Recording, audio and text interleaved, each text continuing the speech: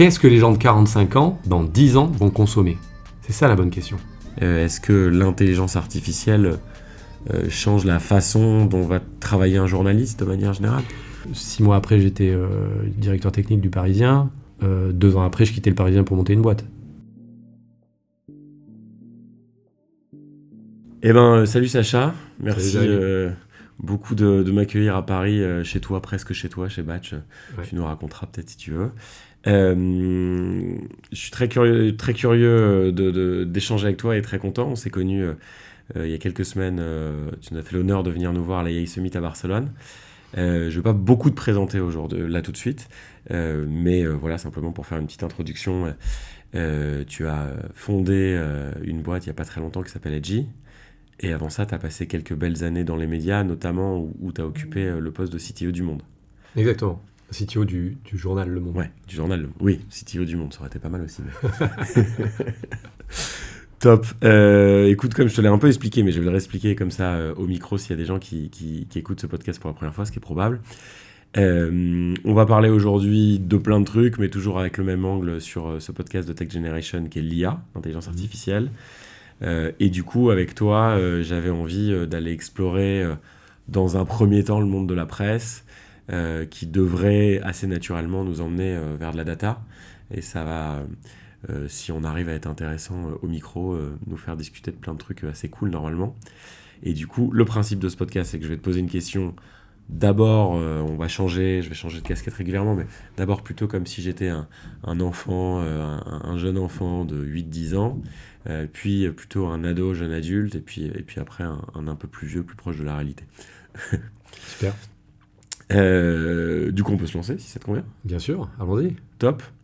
Alors, avant de rentrer dans le vif du sujet et que je te pose cette question, même si je l'ai déjà un peu fait, est-ce que tu peux nous refaire une phrase d'intro sur toi, sur qui tu es aujourd'hui, et on fera une intro plus complète après. Ok, avec plaisir. Donc déjà, merci pour l'invitation. Je suis ravi de pouvoir répondre à tes questions. Donc je suis Sacha Morard, entrepreneur de la tech. Aujourd'hui, avec mon associé Gilles Raymond, on a monté Edgy. Ça fait 2 ans qu'on travaille dessus. Presque 2 ans. J'ai plutôt un profil technique. J'ai été en effet directeur technique de plusieurs entreprises, notamment le groupe Le Monde, pendant 6 ans. Je suis aussi passé par Le Parisien, ce qui fait de moi quelqu'un avec une casquette média. Mais néanmoins, j'ai un parcours un peu bizarroïde et très divers, puisque je n'y connaissais strictement rien à la technique quand je suis sorti du bac. J'ai fait d'abord de la musique pendant 6 ans, en tant que professionnel. Donc strictement rien à voir, je ne savais absolument pas écrire une ligne de code à cette époque-là. Et la force des choses a fait que j'ai dû me renouveler, puisque la musique c'était un milieu très compliqué. Donc j'ai appris à coder, et en apprenant à coder, je suis devenu développeur. Puis lead développeur, puis architecte, puis CTO de différentes boîtes. Entrepreneur de nouveau dans la tech. Edgy, c'est ma 2e boîte tech. Donc voilà, à peu près mon parcours. Ouais, d'autant que maintenant, ça paraît plus si difficile, enfin ça reste pas quelque chose de facile, mais ça paraît vachement plus accessible d'être dev autodidacte, mais il y a quelques années, ça l'était moins quand même. Il fallait s'accrocher. Je sais pas si c'est moins difficile aujourd'hui. Ce qui est sûr, c'est que le développement devient beaucoup plus accessible à n'importe qui, j'ai envie de dire, qui n'a pas des bases techniques fondamentales, puisqu'avec l'IA, on sait maintenant coder des choses sans avoir à connaître une ligne de code. Cela dit, ça c'est ce qu'on peut voir en surface. Après, si on veut aller dans la profondeur des choses, évidemment, il faut Bien comprendre. sûr. Et c'est là où, à mon avis, le challenge existe et existera d'autant plus. Ouais. C'est qui va être capable, une fois que les IA auront codé plein d'autres choses, de pouvoir vraiment rentrer dans le fin fond du sujet et se dire, ok, alors là, il y a 2-3 trucs que l'IA m'a fait qui est pas cohérent, et du coup, je vais les corriger moi-même. Fameux 80%. Voilà. Mais en effet, il y a encore 5 ans, pour apprendre à coder, il fallait soit passer par une école, soit lire énormément de livres dans le langage de programmation. En tout cas, il fallait s'y intéresser, passer beaucoup d'heures à pratiquer. Ouais, ce que je t'entendais dire sur un autre podcast, je t'entendais parler de fait qu'on te disait au début, tu n'as pas fait d'école. Et c'est vrai que je pensais évidemment à la tech, mais même d'un point de vue sociétal, aujourd'hui, il y a un peu plus de bootcamp, de formation. En tout cas, moi, typiquement, dans ma boîte, j'adore recruter des autodidactes, je ne sais pas si c'est le bon mot ou pas, Mais je me rappelle que lorsque j'ai commencé ma carrière en ESN, et c'était pas cette ESN-là, c'était le système de manière générale, avant de recruter un dev qui sortait pas d'école, tu te posais la question 2, 3, 4, 5 fois. Et même, j'ai l'impression que la mentalité a un peu évolué là-dessus quand même. Peut-être pas chez tout le monde, tu me dis. Alors moi j'ai un biais vis-à-vis de ça. Du coup, comme j'ai pas de diplôme et que je suis absolument pas passé par des écoles, j'ai la fâcheuse tendance à absolument pas regarder ça sur les CV ou sur les profils des développeurs avec qui je travaillais ou avec qui j'ai travaillé. Alors c'est pas spécialement bien, je pense pas, parce qu'il y a des superbes écoles qui apprennent vraiment de très très bonnes choses et qui construisent des bases très très solides. Cela dit, moi j'ai ce biais-là. Et je pense très sincèrement que quand tu deviens développeur, ce que tu apprends, c'est le fait d'apprendre. Ouais. Puisque un développeur, par définition, il doit constamment apprendre, constamment. Donc certes, s'il a des bases, c'est très bien, mais quoi qu'il en soit, il va les remettre en question très très souvent. Par exemple, tu es développeur pour une boîte d'assurance, tu vas devenir un expert de l'assurance. Parce que ce qu'on va te demander de développer, c'est quelque chose qui est très spécifique au métier de l'assurance. Tu vas devoir apprendre ça.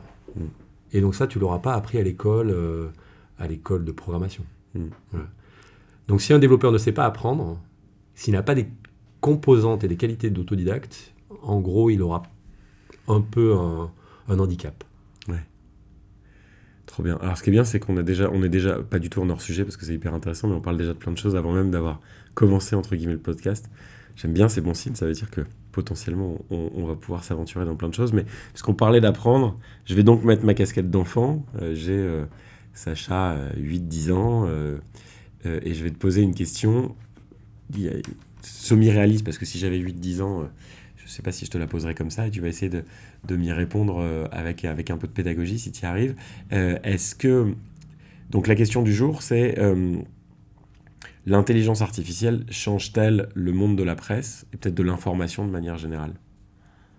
Donc là, je dois répondre à un enfant de 8 ans? Ouais, à peu près. Comme tu y arrives. Hein, mais... Ok. Écoute, mon garçon ou ma fille, en effet, aujourd'hui, pour s'informer, il va falloir être très prudent. Tu vas voir déjà quand tu récupères le téléphone de papa ou de maman, des choses apparaître. Et ces choses-là peuvent être vraies, ou elles peuvent être aussi fausses. Il faut faire très attention à ça. Voilà. Parce que tu vas être exposé aussi bien en regardant la télé, en regardant Netflix, en regardant le téléphone, en écoutant tes amis, à des informations qu'il va te falloir un peu plus que croire. Il va falloir que tu fasses attention parce que ces informations peuvent être générées aujourd'hui par des choses qui ne sont pas des humains. Donc si par exemple un camarade te dit « Ah, au fait, tu sais ce qui s'est passé en Russie ? Ah, au fait, tu sais ce qui s'est passé en Amérique ?» Même si c'est dans la cour d'école et que vous êtes en train de jouer au ballon, il faut quand même que tu fasses attention parce que peut-être que cette information-là, elle a été générée par autre chose qu'un humain, c'est-à-dire par un robot, par une IA. Voilà, et tu es entouré de tous ces IA aujourd'hui, donc il faut juste être un peu vigilant. Mais les humains disaient ou écrivaient déjà des choses fausses. Pourquoi est-ce que l'IA le fait plus que les humains maintenant ? C'est une très bonne question. En l'occurrence, oui, les humains ont cette grande capacité de pouvoir se tromper. Et comme les humains construisent des IA, les IA ont hérité de cette capacité de se tromper. Le débat, c'est pas de savoir qui aura la meilleure faculté d'avoir raison, puisque tout ça, c'est très objectif. Là, je sors un petit peu du discours sans aucun problème. Donné à un enfant de 8 ans, mais la vérité, elle est sujette à interprétation, en vrai. Je pourrais très bien te dire que la guerre en Ukraine, c'est la Russie qui l'a déclenchée, mais il y en a d'autres qui ont un avis complètement opposé. Tu vois ? Pourtant, j'essaie d'appuyer ce que je viens de te dire sur des éléments factuels, et pour autant, ça n'est pas une vérité unilatérale. La preuve en est, c'est qu'il y en a qui le contestent. Si une IA hérite de la même faculté des humains à se tromper ou à dire n'importe quoi, bah, évidemment qu'on aura autant de besoin de discernement quand on reçoit une information qu'avant. Là, il y a quand même un truc qui change radicalement. C'est que le volume d'informations générées aujourd'hui est complètement différent d'il y a 5 ans. C'est la principale différence. C'est la grande différence. C'est la conséquence qui crée une différence. Ouais. Exactement. Alors moi aussi, je vais sortir de l'enfant du temps pour rester un peu cohérent avec mon podcast. Je vais mettre 2 secondes la casquette de la personne qui a une quarantaine d'années. Ce que tu décris là, c'est hyper intéressant, c'est les fameux biais. C'est-à-dire qu'en fait, c'est d'une certaine manière pas l'IA qui invente toute seule des fausses vérités, mais c'est qu'en fait, elle reproduit d'une certaine manière les mensonges ou les inventions humaines, et du coup, comme c'est quand même l'humain qui a appris à l'IA, finalement, l'IA la reproduit, et ça crée des biais informationnels. Oui, ça peut, bien sûr. Après, tout dépend de ce qu'on appelle, ce qu'on met dans le terme IA. Il peut y avoir des modèles qui sont non déterministes et donc du coup qui vont te répondre à une question avec de la probabilité pure. Et dans ce cas-là, évidemment, tu sais comment ça marche. Il peut très bien avoir des choses complètement vraies comme des choses absolument fausses qui sont juste en fait un algorithme probabilistique qui t'a sorti des trucs et qui ne veulent strictement rien dire. Donc ça arrive très très souvent, bien évidemment. Après, il peut y avoir aussi des algorithmes ou des modèles qui sont entraînés sur des données très spécifiques, qui sont en capacité de pouvoir recracher ces données, mais si ces données sont fausses, de toute manière, c'est garbage in, garbage out. Ça a été inventé en 67, je crois, ce concept-là. Au plus on alimente un algorithme, une machine avec des informations fausses, évidemment qu'à la fin, ce qui en ressort, c'est des choses complètement pourries. Voilà. Et donc on le sait, et on le sait d'autant plus aujourd'hui, si on entraîne des modèles avec des données erronées ou non complètes, ce qui en ressort, c'est des choses qui sont absolument pas fiables. Ouais, c'est hyper intéressant, c'est passionnant. Et alors, ok, donc je vais me remettre, je vais réavoir 18 ans 2 secondes, et je vais te dire, du coup là, je vais challenger un peu la presse, je vais dire, ok, d'accord, très bien, mais ça c'est le gros de l'information partout. Pourquoi ça change le métier de la presse? La presse, son boulot, c'est toujours d'écrire la vérité. Est-ce que l'intelligence artificielle change la façon dont va travailler un journaliste de manière générale? Oui, ça je le pense inévitablement. Mais comme l'intelligence artificielle révolutionne et transforme tous les métiers d'aujourd'hui, enfin une grande partie des métiers d'aujourd'hui, à part les métiers manuels éventuellement, mais... Et encore. Ouais. Oui, l'intelligence artificielle va changer profondément le travail d'un journaliste. Elle peut l'améliorer comme elle peut aussi le challenger. Dans la vérification des informations, par exemple, on peut très bien utiliser l'IA pour faire de la vérification d'informations, aller cruncher des données. Mais si on utilise l'IA pas correctement pour aller vérifier l'information, ben c'est toujours pareil. On peut très bien avoir une sortie, une réponse qui n'est pas juste. Et si on se base sur cette réponse qui n'est pas juste pour se dire « Ok, bon, c'est bon, l'IA m'a donné une information et donc du coup elle est vérifiée », mais non. Mais ça, normalement, ça fait partie des bases de formation du journaliste. Il doit avoir plusieurs sources de vérification d'informations. Ouais, ça va changer. Dans la rédaction, c'est là où c'est le plus délicat. On avait beaucoup de discussions et de débats autour de ça. Est-ce qu'un journaliste doit s'aider d'une IA générative qui va produire du texte à sa place ? Normalement, une des premières qualités d'un journaliste, c'est qu'il sait écrire. Est-ce que cette composante-là doit lui être retirée, doit être automatisée, doit être accélérée? Ça, c'est une grande question auquel, pour l'instant, je pense on a du mal à répondre. C'est chiant parce que j'ai plein de questions à te poser là. Je sais pas dans quel. J'ai plein de trucs intéressants. Je sais pas. De toute manière, on a 3 heures devant nous. Je crois qu'on peut y aller. Ouais. Allez, celui-là, je l'aime. Ok, le premier truc, c'était un petit constat comme ça. Juste, je le pose sur la table et on essaye d'y revenir après. Je trouve que ouais, du coup, la presse connue, écrite, on parlait du monde dans lequel tu travailles, mais toutes les presses dans tous les endroits font valeur un peu aujourd'hui de repères, quoi, de balises, et du coup, elles ont, je trouve, une responsabilité encore plus qu'avant. C'est-à-dire qu'on dit, ah, c'est une source qui a été vérifiée par Le Monde, Le Figaro, LCI, je ne sais pas quoi, etc. Du coup, je me dis il y a peut-être encore une responsabilité encore un peu plus importante de la part des presses traditionnelles. Et je voulais quand même aller, alors j'ouvre un truc et puis je le ferme, mais je voulais aller sur le deuxième truc, la rédaction. Ouais, mais en fait, tu crois pas qu'on va tous écrire différemment ? De la même manière qu'avec l'arrivée des ordinateurs, on a déjà commencé à écrire différemment. Bien sûr. Quand il y a eu le correcteur automatique, on a écrit différemment. Et en fait, du coup, dans quelques mois, années, c'est même déjà le présent pour plein de gens. Moi, à titre personnel, c'est déjà le présent. En fait, c'est quand même moi qui écris, mais j'écris d'une manière différente. Les journalistes vont sûrement faire ça aussi, non? Ouais, sûrement. On écrit d'une manière différente et puis surtout on consomme d'une manière différente. C'est-à-dire que même si tu écris un article de 5000 signes et que tu l'as écrit un peu différemment parce que peut-être tu t'es fait aider avec une IA, ça n'empêche absolument pas que tu maîtrises absolument le fond de ton sujet et que tu valides exactement ce que tu as écrit avec tes confrères, tes consoeurs, etc. Le lecteur qui est en face, possiblement, il va la consommer d'une manière radicalement différente. Ouais. Okay. En demandant à un agent de résumer un article, par exemple. Qu'est-ce qu'il en reste de ça ?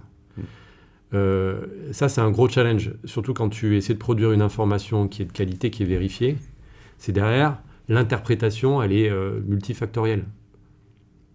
Il n'y a plus un seul humain, pas tous les lecteurs vont lire l'article de bout en bout et se dire « Ok, c'est bon, maintenant j'ai capté vraiment le message que voulait me donner le journaliste, ou les journalistes. » Possiblement, tu utilises Comet, le navigateur Comet, et puis tu vas pas t'embêter à passer 5 minutes à lire l'article parce que tu es un gros feignant et tu vas lui dire « Résume-moi cet article. » Tu vois, j'y avais pas pensé ça. On écrit différemment, ouais, ça pour moi, ça je l'ai complètement digéré, mais on lit différemment aussi, ouais, t'as raison, complètement. Puis, et de plus en plus maintenant, parce que depuis pas très longtemps, Gemini résume automatiquement les chaînes de mail, par exemple, et donc ça va devenir des nouveaux automatismes. Exactement. Ok, donc il y a la façon de produire, il y a la façon de consommer, tu parlais tout à l'heure de la relativité qu'on commence à avoir face à l'information, qu'on doit avoir face à l'information. C'est hyper important. Mais d'ailleurs, ça, je trouve que...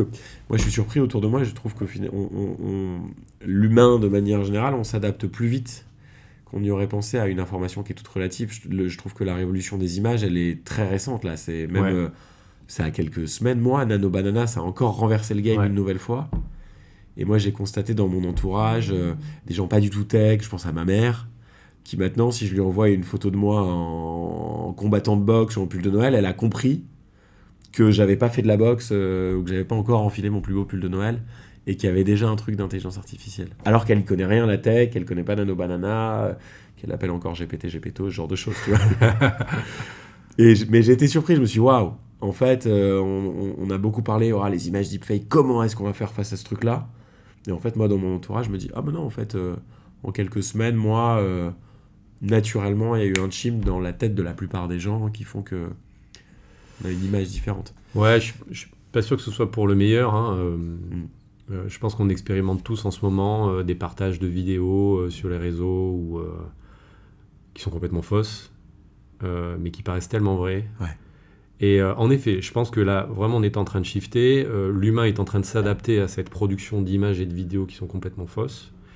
Et du coup, on consomme de manière encore plus abrutie. C'est ça, moi, qui m'inquiète un peu. C'est-à-dire que jusqu'à maintenant, déjà, c'était très abrutissant de scroller sur son feed Instagram. Mais néanmoins, les vidéos avaient une source à peu près humaine, quoi. Ouais, maintenant, franchement, on peut voir un chien faire un salto, je sais pas, faire de la musique. Et on va dire, si c'est que les chiens, c'est pas très grave. Mais si c'est des humains derrière et qui disent des fausses choses et qui...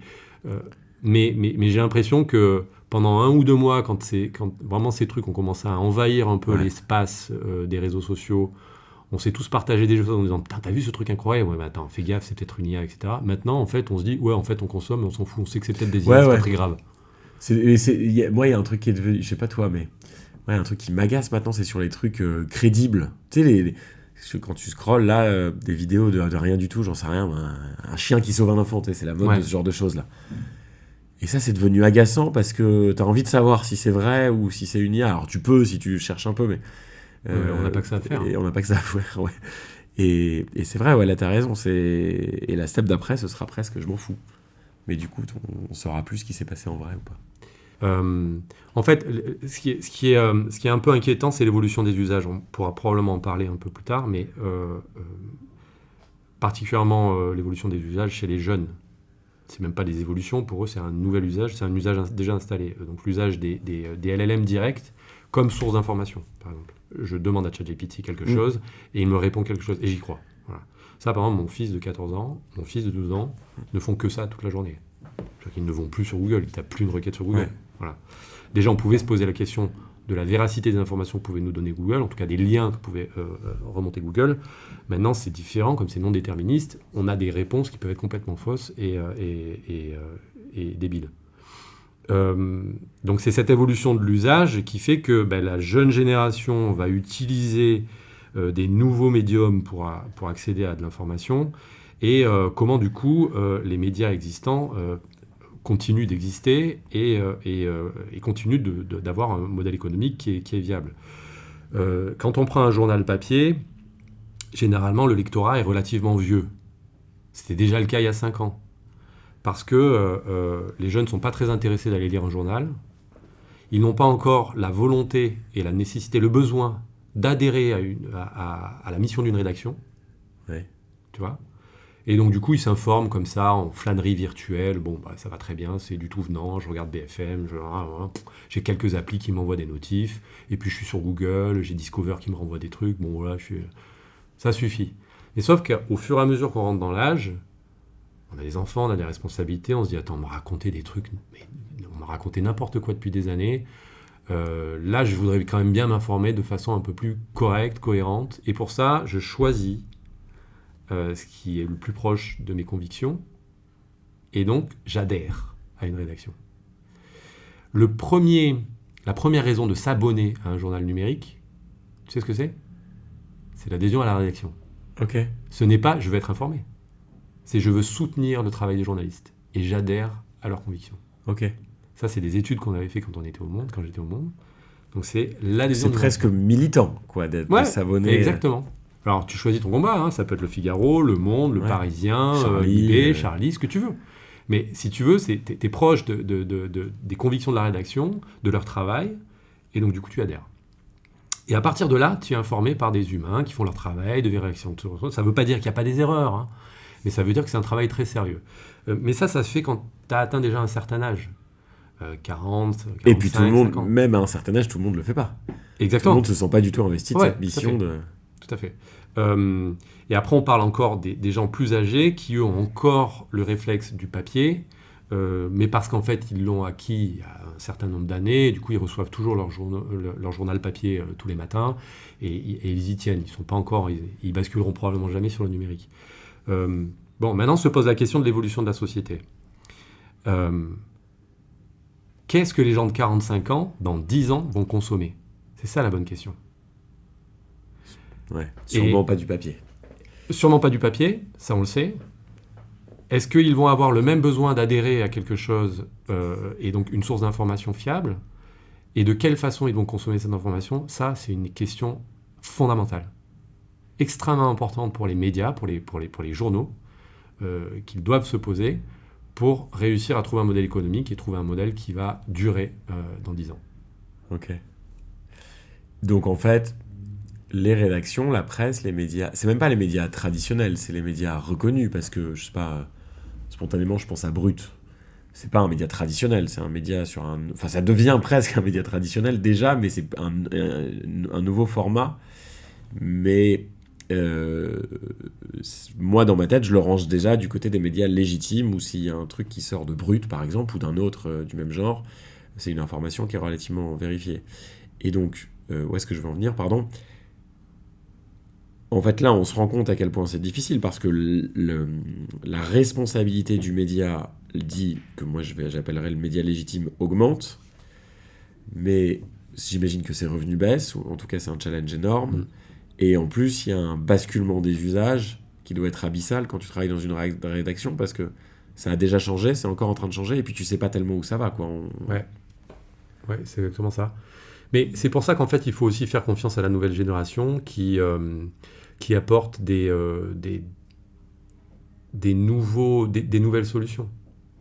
Je pense à Hugo Clément. Ouais. Je pense aux youtubeurs.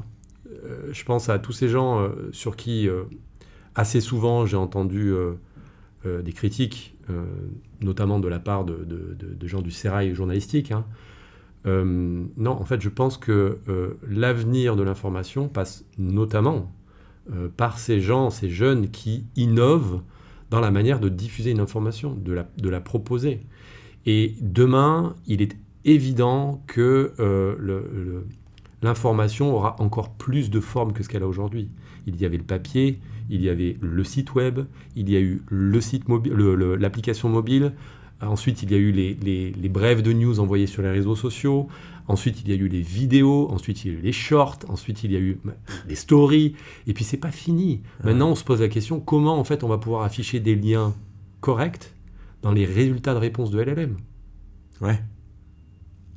Là, il n'y a pas de raison qu'en fait, cet endroit-là, qui est de plus en plus utilisé, massivement utilisé... Ça va passer que par là, déjà. Ben ouais. Et, alors, moi, j'ai plus sur Google. Par contre, je vais pas sur GPT, je vais plutôt sur Perplexity. Mais ouais. Google, c'est vraiment rare. Ou c'est quand je tape dans ma barre de navigation, tu vois. Si je cherche Edgy, par exemple, pour arriver sur ton site, finalement, ça va passer par Google, mais parce que je le tape dans la barre de navigation. Ouais. Et sinon, ouais, c'est... Ok, donc... la presse va devenir un canal qui doit continuer à s'imposer dans le flux pour avoir de l'information qui est légitime, qui est vérifiée, etc. Mais elle se bat à armes égales, voire presque un peu plus faible que d'autres types de contenus. Elle se bat pas à armes égales, ça c'est sûr et certain. Plus, ouais. Ouais, ça fait longtemps que la presse a perdu de son pouvoir initial. Et encore, quand on pense à la désinformation, au fermatrol, etc., là c'est encore beaucoup plus déséquilibré. Ouais, exactement, t'as raison. Depuis 2-3 ans, le nombre de faux sites news qui existent et qui inondent les réseaux sociaux, parce que enfin, la majorité d'ailleurs, elle diffuse énormément de contenu sur les réseaux. Et c'est pour ça que je pense qu'il faut continuer à lutter quand on est dans la presse pour essayer d'être présent sur ces plateformes plutôt que de s'en retirer. Meta a fait toute une stratégie pour se libérer des contraintes que la presse leur imposait, parce qu'il y a évidemment, travailler avec la presse, c'est pas tous les jours facile. Il y a des questions de droits d'auteur, particulièrement en France, en Europe. Il y a des questions aussi de protection des données personnelles. Il y a plein de choses en fait qui font que les plateformes souvent ont un peu de difficulté à travailler avec la presse. Mais cependant, je pense que la presse a plutôt intérêt à continuer d'être présente et de plus en plus sur les plateformes, pour éviter de laisser la place aux autres. Parce que les valeurs refuges restent les valeurs refuges. Un logo comme Le Monde, un logo comme Le Figaro, comme Libération, comme Charlie Hebdo, c'est des marques puissantes. Ça reste la presse. Et donc les gens le savent, ça. Ça ne va pas disparaître comme ça, comme un claquement de doigts. Et donc si on n'est pas présent sur les plateformes, là, par contre, ça peut disparaître. Parce que les usages changent. Les gens vont trouver autre chose, et le autre chose sera pas forcément un bon autre chose, quoi. Voilà. Ouais. Faisait penser, il y en a un, alors on sort de la presse écrite, mais je trouve qu'il y a un média, et je pense à Arte, qui était presque has-been il y a pas très longtemps, qui a fait plutôt une bonne transition digitale, qu'on voit beaucoup sur YouTube, sur les réseaux, etc. C'est peut-être parce que moi j'aime bien que du coup il m'apparaît et que ça m'apparaît, mais je trouve que c'est rigolo parce qu'il y a des médias qui arrivent à se réinventer peut-être plus vite que d'autres. Je sais pas si c'est des accidents heureux ou volontaires ou autres, mais comment, à ton avis, allez, si t'étais encore dans ta position d'avant et que tu tenais un colloque avec tous tes collègues de la presse, avec tous tes collègues de la presse, qu'est-ce que tu leur donnerais comme conseil pour ne pas arriver à cette transition, et puis j'ai envie de dire presque plus ne pas la rater? Elle est difficile ta question, hein, parce que bon, déjà ça fait 2 ans que j'ai quitté le monde de la presse, et donc du coup je regarde beaucoup moins aussi ce qui se fait, très sincèrement. Je suis concentré sur d'autres sujets, et puis c'est un milieu très intéressant parce qu'il y a énormément de convictions, des gens qui ont énormément de convictions à l'intérieur. Il y a des gens qui sont vent debout contre les plateformes et qui ont comme posture le refus total d'être présent sur ces plateformes. Et j'entends ce qu'ils disent. C'est pourquoi prendre nos contenus sans rémunération, par exemple. Pourquoi utiliser nos contenus pour entraîner des modèles, et pourquoi du coup avoir... alors que la plus-value d'être présent sur ces plateformes est aujourd'hui pas énorme, tu vois, c'est par exemple sur OpenAI, sur ChatGPT, il n'y a pas énormément de backlinks qui te renvoient vers un site média. Il y en a très peu. C'est-à-dire que le rapport crawl versus click est quand même pas génial. Pas autant que Google, tu vois, il n'est pas aussi bien que Google. Donc là, tu te poses légitimement la question, ok, donc ça me sert à rien, j'y vais pas. Et je comprends cette posture. Donc, et moi, j'ai pas la science infuse, si tu veux. Chaque journal, est un cas particulier et doit arbitrer cette question-là avec beaucoup de pragmatisme. Et je pourrais pas dire qu'une règle, la règle du monde, doit être appliquée à Libération ou au New York Times. C'est toujours des cas différents. Les rédactions sont pas les mêmes. Les modèles économiques, souvent, sont pas tout à fait les mêmes. Il y en a pour qui la publicité numérique pèse beaucoup plus que l'abonnement numérique, par exemple. Et ça te change complètement une posture, tu vois. Ouais, parce que les modèles économiques changent aussi beaucoup avec. Et du coup, tu as mis le doigt un peu sur, on va dire, l'arrière du décor, avec la technique qui se passe derrière, pour faire peut-être un peu plus la transition vers ta nouvelle vie aujourd'hui. Tout ce dont on a parlé est très lié au volume de données, au volume de data. J'imagine que ça, c'est un challenge techniquement aussi très important pour la presse. Est-ce que c'est des choses qui ont beaucoup changé, ça ? Ouais, c'est des choses qui ont énormément changé et qui changent encore plus vite aujourd'hui. On se dit tous, dans les métiers du numérique, j'entends, ce qu'on appelle data-driven. C'est-à-dire on prend nos décisions basées sur l'analyse de la donnée. J'imagine pas un chef d'entreprise ne pas regarder son budget, les résultats, je sais pas moi, les conversions d'un produit pour arbitrer si il faut mettre plus d'investissement sur un projet plutôt qu'un autre. C'est pas possible. Voilà.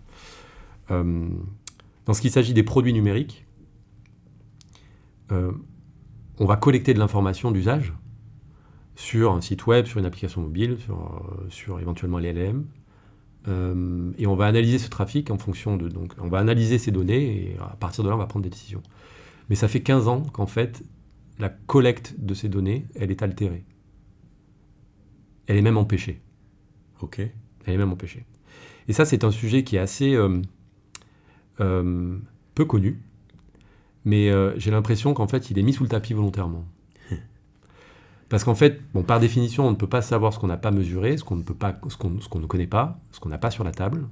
Mais en fait, on sait tous très bien qu'on n'a pas l'entièreté des données d'usage de nos utilisateurs et que du coup, garbage in, garbage out, on le disait en début, on base nos décisions sur des choses qui ne sont pas complètes.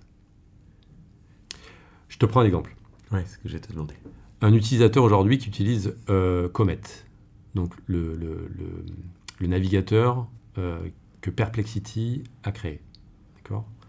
Tu peux, juste parenthèse, nous expliquer ce qu'il a de particulier ? Ouais, tout à fait. Alors Comet, c'est un navigateur que tu peux installer sur ton ordinateur. Comme Chrome. C'est comme Chrome, sauf qu'en plus de ça, il a un agent IA intégré. Et donc tu peux lui demander d'aller visiter tel site web, de te faire un résumé, d'aller commander sur Expedia, machin, ce que tu veux, quoi. Voilà. Donc ça c'est super, mais sauf que Comet, tu le vois pas passer. C'est-à-dire qu'un utilisateur qui utilise Comet, imaginons que tu as un site e-commerce ou un site média et que tu connais tes utilisateurs via une technologie d'analytics comme Mixpanel, Amplitude, Google Analytics, n'importe quoi. Les gens qui sont sur Comet, tu les verras pas passer. Ok. Si moi, sur mon site de The Tech Nation, je veux savoir combien de visiteurs j'ai eu, les visiteurs de Comet vont pas être comptabilisés. Exactement. Ok. Et des exemples comme ça, j'en ai plein. Tu es sur Chrome, mais tu as un adblocker. Ouais. Tu utilises Mixpanel, Amplitude, Google Analytics, tous ces outils d'analytics. Tu ne connaîtras pas l'utilisateur. Ok ? En Europe, on a le RGPD. Donc encore à l'heure où je te parle, tu es censé demander l'autorisation de l'utilisateur avant de collecter des données personnelles. Et donc imaginons, tu es obligé de le faire avant de lancer Google Analytics. Donc du coup, tu ne vas pas le lancer si l'utilisateur n'a pas consenti. Ouais. Donc que faire des utilisateurs qui n'ont pas consenti ? Est-ce que tu les connais dans Google Analytics ? Du coup 100% avec un Comet. Alors avec un Comet, carrément, tu ne les vois pas du tout passer. Mais imaginons que tu es sur Chrome, d'accord ? Et donc là, il y a la bannière cookie. Le mec dit non, je refuse les cookies. En toute logique, tu ne dois pas lancer Google Analytics. Ouais. Ok ? Si vraiment tu veux être à la lettre, catégorique, et voilà. Tu ne lances pas Google Analytics. Ok, tu ne connais pas les utilisateurs qui ont refusé les cookies. Tu ne les vois pas passer dans ton Analytics. Ouais. Ok. Donc tous les matins, tu regardes le nombre de visites, le nombre de conversions, le nombre d'utilisateurs, de provenance de pays, machin, etc. Les médiums, enfin les sources de trafic. Est-ce que ça vient de Facebook, de machin, etc. Toutes ces données sont erronées. Et si je repense à tout ce qu'on disait avant, on comprend là, parce que j'imagine que s'il y a des gens qui nous écoutent qui sont pas tech, ils vont devenir un peu perdus. Mais si on essaie de vulgariser, on reprend l'exemple de la presse, la rédaction presse un peu à l'ancienne, qui se bagarre pour arriver à transformer son usage, elle a besoin d'analyser combien et qui sont les utilisateurs qui vont la lire en ligne sur son application, etc. Et en fait, là, ce que tu expliques, c'est qu'avec toutes ces pratiques-là, c'est là où tu dis, en fait, quand on en est empêché. C'est-à-dire qu'il y a comme s'il y avait un angle mort énorme où, je sais pas, Le Monde, par exemple, ne peut pas techniquement voir, je sais pas combien ça représente, c'est quoi C'est entre 30 et 40% de l'utilisateur. Okay. Ah ouais. Et on est quand même capable de l'analyser en quanti, et simplement il n'y a pas d'information de lieu, etc. Ou même le quanti. Non, le quanti, non. En fait, il te manque une grande partie des utilisateurs. Et ce qui est très problématique, c'est que ces utilisateurs-là sont les plus fidèles. C'est-à-dire que les plus engagés sont ceux que tu ne vois pas. Les plus engagés refusent plus les cookies, les plus engagés ont plus d'adblockers, les plus engagés ont déjà basculé sur des utilisations de consommation de ta marque au travers des LLM, donc là tu ne les vois pas passer du tout. Et comme cet usage est en train massivement de shifter, eh ben, de plus en plus, tu as l'impression qu'en fait le trafic descend. En fait, non, il peut éventuellement même augmenter. Mais la nature du trafic change. Ok. Tu vois ? Et du coup, là, je vais te lancer une perche, mais qui est vraiment sincère. Moi, là, je me dis, mais ça, on peut pas le changer. C'est comme ça et tant pis. Si, on peut le changer, bien sûr. Et c'est ce qu'on a fait chez Edgy. On a inventé une technologie qui permet de mesurer dans tous les cas de figure. Voilà. De mesurer l'interaction des IA avec ta marque. De mesurer un utilisateur qui a un adblocker. Ok. De mesurer les utilisateurs qui n'ont pas consenti en garantissant bien sûr qu'on ne va pas collecter de données personnelles. De mesurer les utilisateurs chez Comet. Voilà, de tous les mesurer. Mais du coup, comment ? Parce que tu vas contre le RGPD, par exemple ? Ah non, pas du tout, au contraire, on le respecte mieux. Parce que si l'utilisateur refuse qu'on lui collecte des données personnelles, c'est ok, pas de problème, je ne collecte pas de données personnelles, mais c'est pas pour autant que je ne peux pas collecter quelque chose, une information. J'ai telle page qui a été visitée. L'utilisateur, je ne le connais pas, je ne sais pas qui il est. C'est 1, 2, 3, 4, peut-être cette fois-ci, demain ce sera peut-être 4, 5, 6, son identifiant, j'en sais rien. Mais ce qui est sûr, c'est que ça me donne là des données quanti qui sont quand même importantes, par exemple, pour connaître la source de trafic. Tu vois ? Et donc, si on revient à la presse, ça va me permettre notamment de savoir combien de personnes ont lu cet article. Ouais, par exemple. Mais ouais. Alors, juste la lecture d'un article, c'est intéressant éventuellement pour guider la rédaction dans ses choix éditoriaux. C'est même très important. Donc, il faut avoir la meilleure mesure possible pour cela. Mais après, au niveau du business, il y a d'autres critères qui sont extrêmement importants. Comment les utilisateurs convertissent ? Combien d'utilisateurs a converti et pourquoi ils ont converti ? Ouais. Tu vois ? J'y pensais beaucoup, mais volontairement, depuis tout à l'heure, j'avais pas envie d'aller sur l'e-commerce parce que j'imagine que c'est naturellement là où il y a le plus d'enjeux économiques. Mais je trouvais ça intéressant de rester sur les sujets d'information et autres parce que j'imagine que ça fait partie des... C'est peut-être pas là où il y a le plus d'enjeux économiques, mais par contre, c'est là où il y a beaucoup d'enjeux... Non, mais c'est un énorme enjeu économique pour les médias et pour la presse. Si tu veux, il y a 2 grands piliers de revenus dans la presse. C'est la publicité et le deuxième, c'est l'abonnement. Ouais. Voilà. Donc je mets de côté volontairement la vente au numéro, donc la vente de papier ou l'abonnement papier. C'est quelque chose qui décline pas aussi vite que ce qu'on avait imaginé il y a 10 ans, mais ça décline quand même. Donc ça, on sait que fatalement, à un moment donné, il va y avoir une fin. Et donc les gros enjeux, c'est sur le numérique, bien évidemment, et donc c'est publicité en ligne, qui décline fortement, et abonnement numérique.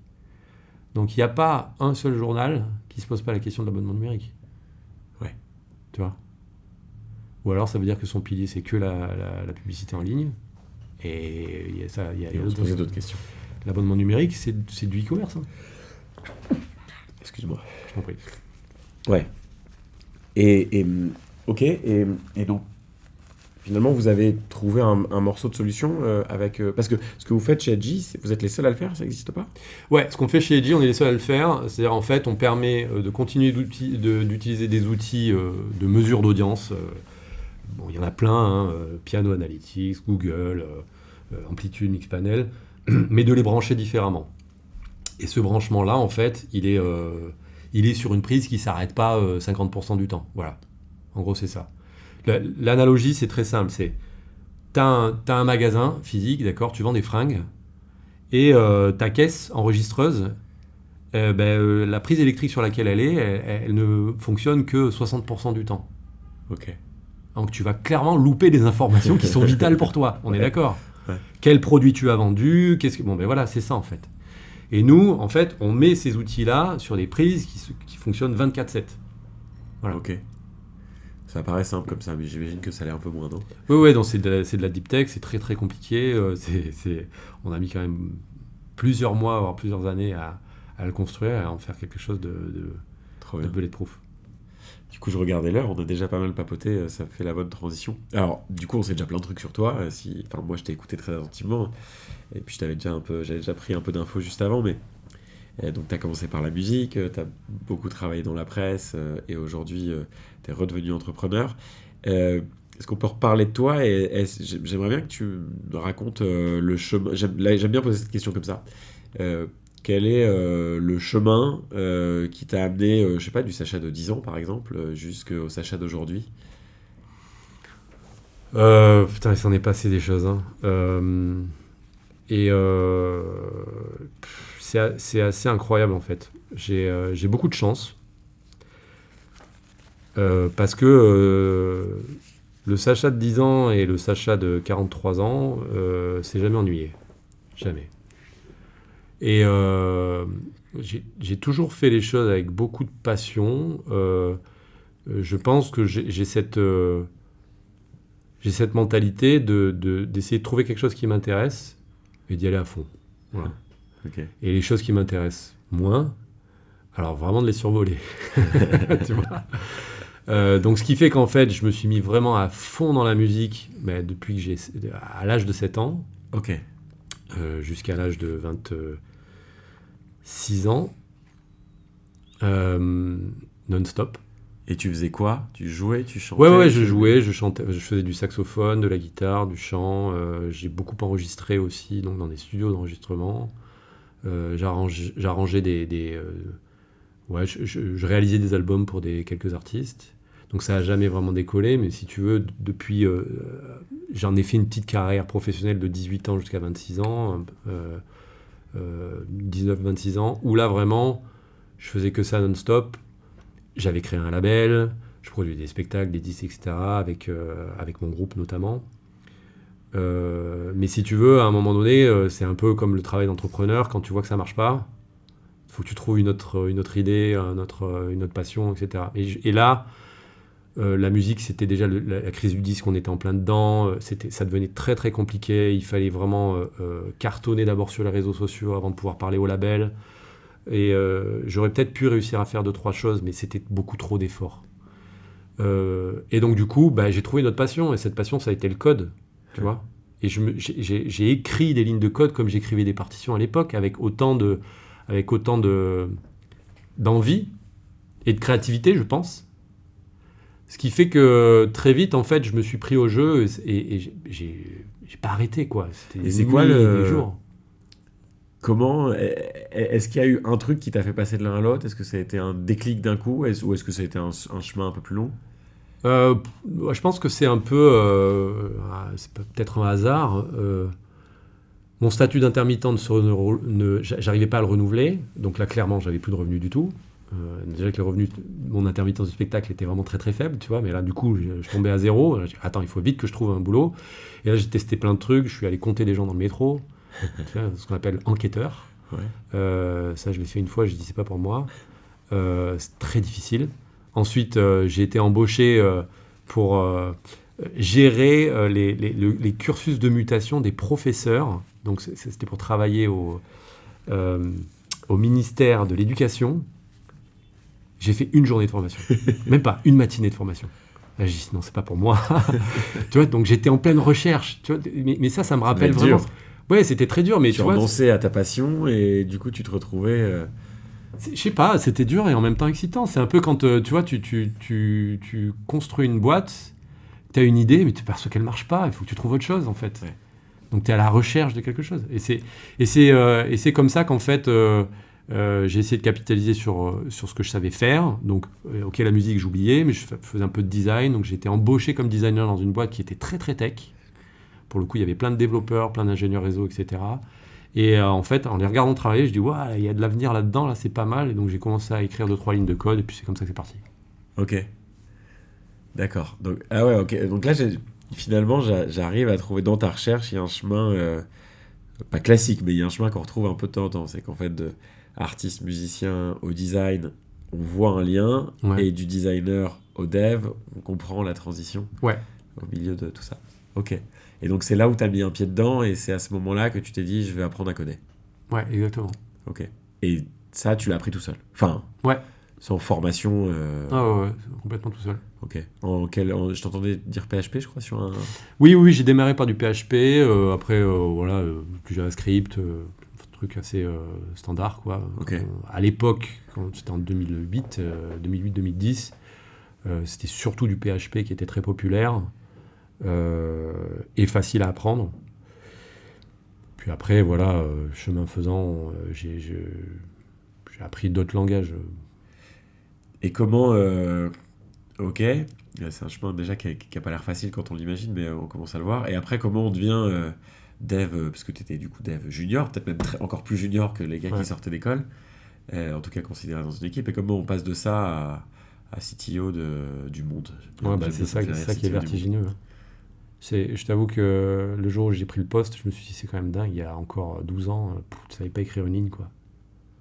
Je pense que je vais être honnête, il y a de la chance. Ça se provoque la chance. C'est jamais un hasard. Oui, ça se provoque la chance. C'est vrai. Il n'y a pas que de la chance. Il y a aussi, je pense que la façon dont je communiquais avec mes confrères, mes collègues, mes boss, la façon dont je voyais aussi le produit final que je construisais dans les lignes de code était très similaire à ce que je faisais dans la musique. Quand tu écris une partition, t'imagines comment l'orchestre va la jouer. Et le rendu final, devant, t'as des spectateurs qui doivent adhérer à ce que tu as construit. Et quand j'enregistrais des albums pour des artistes, j'avais ça en tête, tu vois. Ok. Et je me suis pris tellement de murs à cette époque-là que j'ai appris beaucoup. Beaucoup. J'ai surtout appris qu'en fait, l'entêtement artistique, c'est quelque chose qu'il faut absolument éviter. Il faut baser tes décisions sur le feedback des utilisateurs, des auditeurs à l'époque, ce que je n'ai pas justement réussi à faire. Et donc, quand j'ai commencé à coder, déjà, je me suis aperçu que le temps que je passais était beaucoup plus profitable pour moi-même, temps à apprendre et à coder. J'avais un retour sur mon investissement personnel qui était beaucoup plus important. Ma paye n'était pas la même. L'intérêt que je suscitais chez les gens, chez les entrepreneurs, c'était pas du tout la même chose. Et aussi, j'ai arrivé à capitaliser sur mon côté artistique pour faire quelque chose qui touchait des utilisateurs. Et peut-être que ça m'a aidé dans ma progression. C'est-à-dire qu'ensuite, à piloter des développeurs, à les aider justement à... Non, vous n'allez pas construire cette façon... En fait, on s'en fiche de savoir exactement le truchement de la technique que vous allez faire. Ce qui est important, c'est le produit final. La vision. Voilà, la vision. Et ça, je pense que ça a plu aussi bien à mes patrons de l'époque qu'aux développeurs, parce qu'ils sont aussi peut-être sentis accompagnés correctement. Et donc, voilà, j'ai gravi les échelons de cette manière-là, je pense. Tu as mêlé, finalement, ce que pas tant de gens arrivent à faire, c'est l'exécution et la vision. En fait, souvent, dans des équipes, les gens qui font une bonne exécution, passionnée, etc., ont du mal à voir le bout du chemin et autres, et parfois ne mesurent pas des enjeux. Et puis à l'inverse, ça peut être les patrons, ou ça peut être le design, ou ça peut être les créatifs, ont une vision et se rendent pas compte des difficultés de l'exécution. En fait, tu as un peu réconcilié ces deux trucs-là, et c'est ça qui qui t'a toi-même fait évoluer peut-être dans le chemin? Oui, je pense que ça m'a fait évoluer, mais jamais assez, hein. C'est,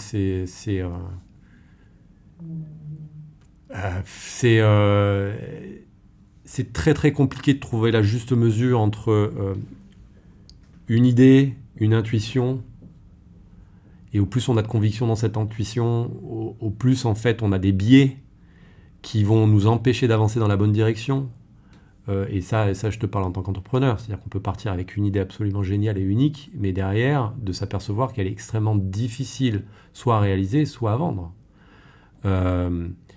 Et tout est une question d'équilibre. Il faut laisser rentrer du feedback des utilisateurs, il faut aussi savoir en laisser de côté, et il faut de temps en temps moins s'obstiner à faire quelque chose de parfait. Et puis toi, du coup, tu t'es dit que quand tu avais réussi à ça, quand j'imagine que le Sacha, quand il a été nominé, qui regardait le Sacha un peu plus jeune, qui a appris à faire ses lignes de code, il devait être un peu fier de lui, je pense. Et quand tu es arrivé à cette position confortable, tu t'es dit, je me remets en risque, j'arrête et puis je monte une boîte. Oui, mais parce que je pense que c'est dans mon ADN. En fait, j'ai toujours été entrepreneur, tu vois. Dans la musique, j'étais entrepreneur. Ouais. Après être devenu développeur, je suis passé au Parisien.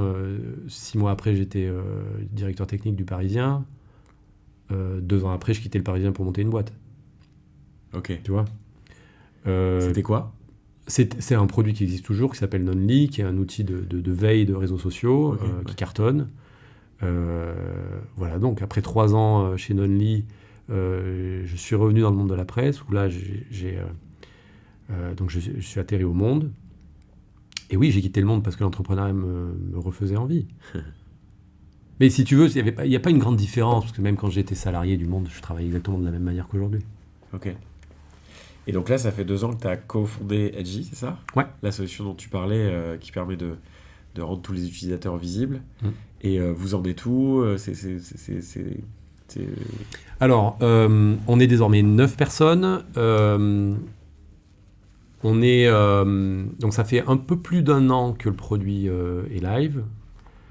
On est content parce qu'on a des beaux clients, on a des beaux logos, on capte beaucoup de trafic, beaucoup de données. Là, on est dans la phase où on continue d'accélérer notre développement commercial. Et c'est un moment qui est assez complexe parce que c'est le moment où tu remets en question tes idées initiales, aussi fortes soient-elles, aussi innovantes soient-elles. Ouais. En fait, tu t'aperçois qu'il y a des trucs qui étaient hyper bien dans ta tête, mais qui n'ont absolument aucun intérêt pour tes utilisateurs. Tous les autres s'en foutent à part Voilà. toi. Donc je lui dis ok, bon ben ça je vais le jeter. Et c'est pas grave, c'est très bien, je me suis planté. Et donc voilà. Donc on est dans la phase de recherche de ce qu'on appelle le product market fit. Il faut vraiment qu'on trouve le marché, les fonctionnalités qui vont bien. Donc là, on a vraiment trouvé quelque chose qui est très bien et très très efficace. Et là, on scale, quoi. On itère sur ce concept et on cherche des clients et on envoie. Et tu crois que tu referas de la musique après? Je suis pas sûr. Je pense que il est bien plus probable que je trouve une nouvelle passion et que je me mette à fond dedans plutôt que je revienne à une ancienne. Ok, Tu vois? trop bien. Voilà. Donc tu finiras peut-être par être cuistot ou... Ouais, possible. Cuistot ou ébéniste. Peu importe. Magnifique. Trop bien. Bon, j'aurais bien parlé des heures avec toi, mais je vois l'heure qui file, donc poser ma dernière petite question. Je t'avais pas prévenu sur celle-là, tiens. J'espère que je vais pas te prendre au piège. C'est out of the box complet, mais j'aime bien à la fin revenir un peu sur l'impact. Donc ma question va être comment tu t'efforces d'avoir toi un impact sur ton écosystème, et je vais te donner ma définition à moi de l'impact, et comme ça tu t'en feras ce que tu veux. Pour moi, l'impact, il peut évidemment être environnemental, social ou sociétal, mais il est un peu plus large. En gros, quelle contribution j'essaye d'avoir moi sur l'écosystème qui m'entoure. Ça peut être mon équipe, ça peut être la planète, ça peut être le monde entier. Est-ce que c'est quelque chose qui te touche, toi, et que tu t'efforces de faire d'une manière ou d'une autre? Il y a plusieurs. J'ai 2 réponses. Déjà, je vais être très égoïste, mais il y a un impact personnel. Voilà. C'est-à-dire que moi, je fais tout ce que je fais aujourd'hui pour être bien dans ma peau. Tu vois ? J'aime énormément travailler. J'aime vraiment beaucoup ce que je fais. J'ai beaucoup de chance parce que je travaille avec des gens exceptionnels. Gilles Raymond, mon associé, et toute mon équipe. C'est un plaisir tous les jours. Et donc ça, c'est forcément égoïste parce que c'est un impact qui fait que ma vie est de très très bonne qualité. Tu vois, je m'éclate au travail, j'ai 2 enfants en très bonne santé, j'ai une femme que j'aime profondément et on s'entend magnifiquement bien. On vit dans la banlieue parisienne, il n'y a pas plus heureux que nous, tu vois. Et ça, c'est quelque chose que je continue à cultiver. Et le travail fait partie de ce bonheur personnel. Et ensuite, bien évidemment, il y a ce qu'on construit en tant qu'entrepreneur qui, je l'espère, va avoir un impact bénéfique chez nos clients et chez nos futurs clients. J'ai pas l'égocentrisme de me dire je vais changer le monde, tu vois, comme certains peuvent le dire. Non. Pourtant, tu étais CTO du Monde à un moment quand même. Oui, alors j'ai pu changer une partie du journal Le Monde à quelques. Voilà, je pense avoir contribué à quelques bonnes décisions. Voilà, je vais m'en arrêter là, mais sur le monde, vraiment la Terre. Non, mais par contre, c'est vrai qu'on ne fait pas de l'entrepreneuriat pour rester en statu quo. On veut faire bouger des lignes. Quand je m'aperçois qu'il y a un shift dans la qualité des données qu'on collecte, là, je me dis, en fait, ce qu'on peut créer tous ensemble avec l'équipe, c'est quelque chose qui va changer vraiment le paysage des outils qui sont utilisés, etc. Voilà, donc c'est ce genre d'impact-là qui me font lever le matin. Voilà. Ouais, t'as dit un truc que j'adore, merci pour cette honnêteté. Mais en fait, quand t'es entrepreneur, le principal asset de ta boîte, c'est toi. Donc si tu commences par t'efforcer d'être bien dans tes baskets, en faisant ce que t'aimes, ça peut être prétentieux de dire ça comme ça, mais tu vas rayonner sur, pas au sens où c'est toi qui rayonnes, t'es un soleil, mais tu vas rayonner de la bonne manière sur les choses que tu fais, sur la vie que tu vas avoir. Parce que quand t'es entrepreneur, t'es par définition, tu deviens patron de quelque chose. Ouais. Et t'as la responsabilité envers tes équipes, envers tes clients, envers tes associés, etc. Et donc le fait de commencer par être toi bien dans tes baskets et faire tout ce qu'il faut pour ça, c'est sûrement la manière la plus intelligente de prendre des bonnes décisions dans ta journée après, quoi. Bien sûr, mais parce qu'en plus, évidemment, rien n'est facile. Il y a beaucoup de moments de difficulté. Il y en a énormément. Et les difficultés enfin, tu descends très très bas comme tu peux monter très très haut quand tu es entrepreneur. On le sait tous. Mais ça ne doit pas annihiler le fait de faire ça pour la passion. Si un entrepreneur se lève le matin et se dit j'ai pas envie d'aller au bureau, là, c'est vraiment, c'est pas possible en fait. C'est même pas envisageable. Toi, déjà, c'est peu envisageable pour un salarié. Moi, je conseille à tous les salariés qui se lèvent le matin et qui n'ont pas envie d'aller au boulot de faire autre chose, évidemment. Mais c'est facile pour moi parce que je suis autodidacte, donc j'ai pas peur d'aller apprendre quelque chose de nouveau. Pour un salarié, c'est peut-être différent.